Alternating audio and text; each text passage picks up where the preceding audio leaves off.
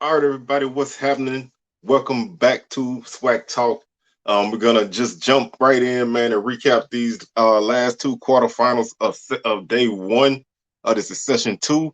Not gonna waste much time, man. Like I said, I just finished watching this Prairie View Alcorn game, man, and I'm old, so I am tired.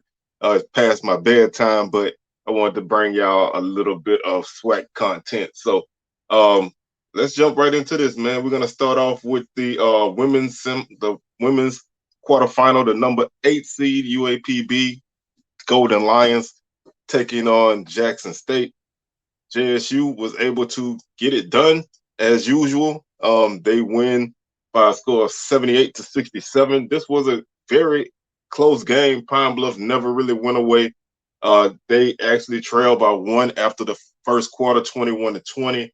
They trailed by 42-37 at the half, and then JSU had a 9-point second half to kind of take control of the game. And Pine Bluff made it. They made a run of it in the fourth quarter, but just could not get over the hump.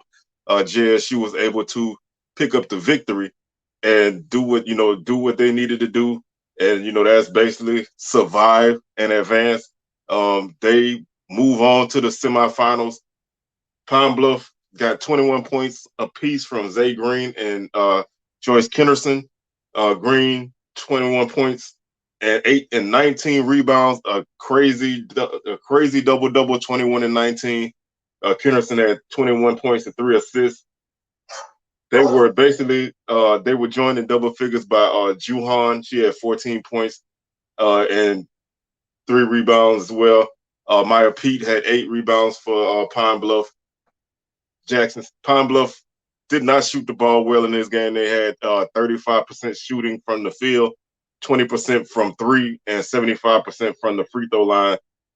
They just, could not really get over the hump in this one. JSU, uh, Amisha Williams, 17 points, 12 rebounds, a double-double for her. Maya Crump, 12 points, 11 rebounds, double-double for her. Uh, Covington, 11 points for JSU off the bench, and Bowler, 13 points off the bench. JSU shot 39% from the field and 16% from three. Like I said, if there's anything that this team doesn't, do well statistically, in their shoot threes, but they really haven't had to. 64% from the free throw line for JSU. But they took care of business. I mean, not much, really else to say on this one. JSU they had 58 rebounds to 38 rebounds for Pine Bluff, so a 20 rebound advantage for JSU. JSU had 11 assists, Pine Bluff 7. JSU 4 steals, Pine Bluff 6. JSU 4 blocks, Pine Bluff 2. Jackson State had 15 turnovers.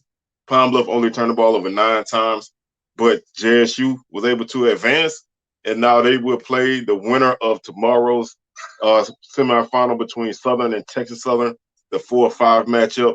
So JSU advances. They were able to knock out Pine Bluff and move on. We're gonna jump over to the men's side. Like I said, we're not gonna waste a whole lot of time with this, man. Y'all already know what it is and how we do. What a game, man. Prairie View led for the bulk of this game. I would say they led for like um 35 of the 40 minutes, if not 37 of the 40 regulation minutes, and they led the bulk of overtime. They could not close this game out with a minute left in the second half. Same thing in overtime. Alcorn survives. Alcorn, they hung in there. The first half was a very entertaining first half, up and down Prairie View, knocking down threes. Alcorn was, hanging in there. Uh, second half, second half was just a drought.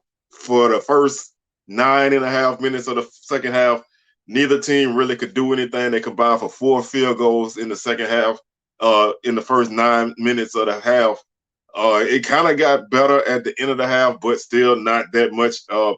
The Alcorn outscored Prairie View 20-15 in the second half, and then they outscored Prairie View 10-9 in overtime. So basically, if you count the second half and overtime together, Alcorn outscored Prairie View 30 30-26. So that's 30-24. So basically, that's a 6-point difference if you account for those two times put together. Prairie View just could not get out of their own way in the second half. They turned the ball over a lot. I thought Juwan Daniels didn't have his best game. Alcorn did a good job of keeping the ball out of his hands. He finished with 12 points, 4 of 15 shooting, 2 of 5 from 3, 2 of 3 from the line. Jeremiah Gambrell, 20 points, 3 rebounds, 1 assist. He's 7 turnovers. Prairie View turned the ball over 27 times. So when you turn the ball over that much, I don't care, who you playing and how you playing. 27 turnovers will cost you a game almost every time. Dwayne Cox, 16 points for Prairie View to close out the double-digit scores. Prairie View only got 2 points from their bench. I thought they played game, man, but they just could not get it done. 51 rebounds for Prairie View, 8 assists, 10 steals, 11 blocks. Like I said, 27 turnovers and 21 fouls. They shot 36% from the field, 39 from 3, and 66 from the free throw line.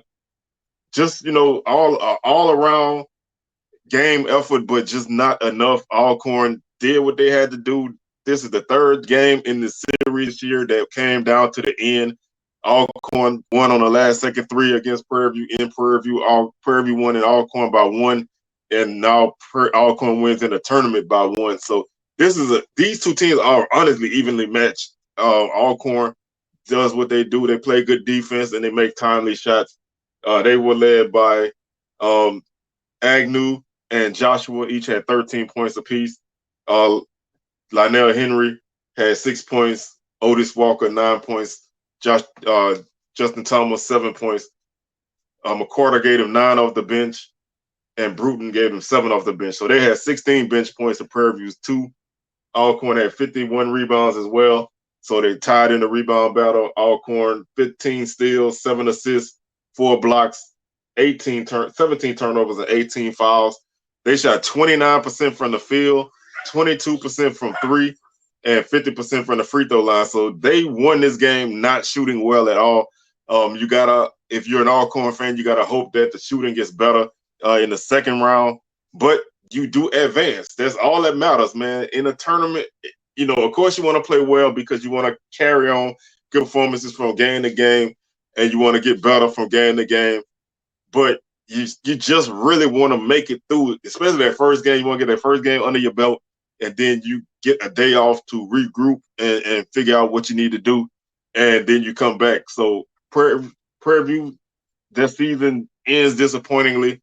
This was a team that I really said that they could be a team that could make a run in this tournament, and I still feel that way, even though they lost this game.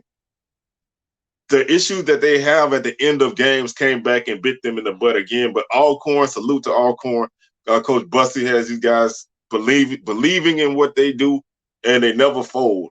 And that's the key. They did not fold even when they got down by 4 or 5 points in the second half.